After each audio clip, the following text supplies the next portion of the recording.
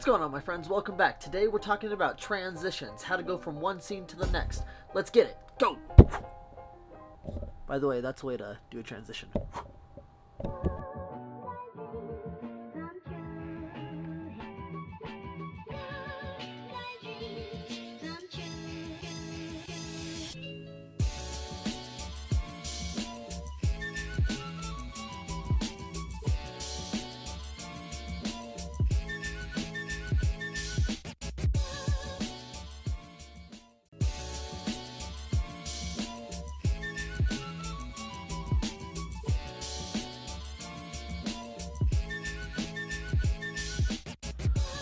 Alright, what's going on, guys? Anthony Isaac here. Thank you so much for tuning into the channel. Today we're going over practical camera transitions. I don't know if you guys remember last time, but we did like processed camera transitions, things that you can do with editing apps like KineMaster, etc., etc. Well, today we're going to do them in camera.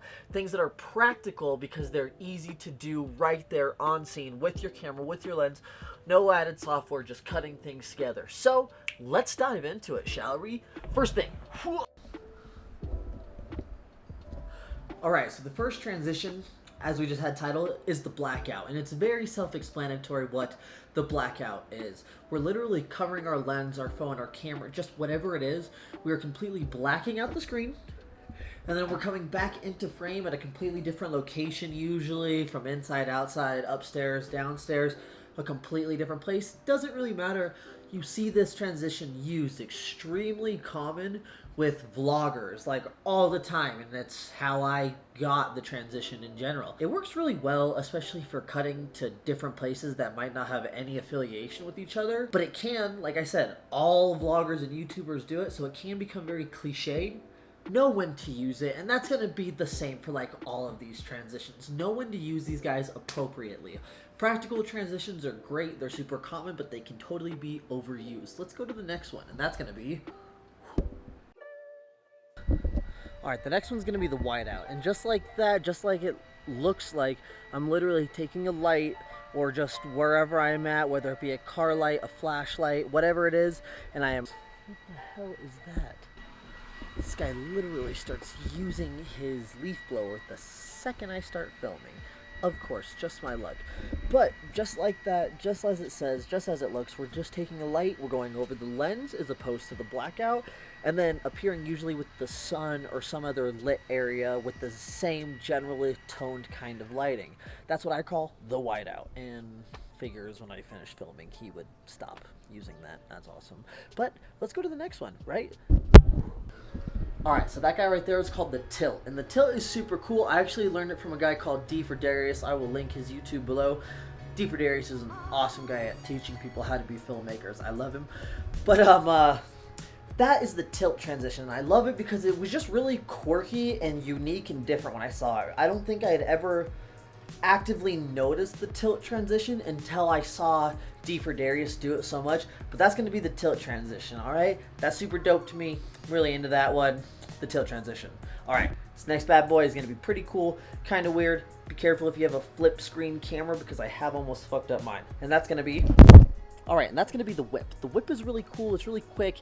If you don't cut it quick enough, right enough, it can kind of be headachy and convulsing-y. So just like all of these guys, know when to do it the right way, know when to cut it. And that being said, when you do like the shake, review your footage before you cut together and notice where things kind of, if it's moving the same direction, that comeback should be where you cut in. So like I whipped out and then I came back from the whip out into the new frame. So as long as you have that down, I think the shake transition will really work well. Shake the whip, it kind of works two ways because you can either whip it where you're just or you can shake it where you're like cha, or like I said, you can shake it, and that they both produce the same relative shaky feeling but just in different ways. So you can kind of experiment, play with them. It's up to you. Alright, but I really think that any one of these transitions, when used the right way, will really pep up your cinematography. It'll make everything you do look really nice, really fluid, really natural, but still always remember, you've got those KineMaster transitions in your back pocket to use whenever you'd like. Eventually I will get into Premiere Pro stuff, but I am not pro enough for Premiere Pro stuff, so I like to go with the KineMaster Pro because it's kind of like I'm a master, but not really. You see what I did there? Okay, so until next time, my friends, I really appreciate you. I'm gonna end on this guy right here, the filter transition. See ya! Okay, fun fact, the filter transition is the same thing as the blackout. Also, don't ever treat your filters like that. That's just a really shitty cheap one that I got. But thank you so much for tuning into the channel today. I really appreciate that. I hope you got some information out of this.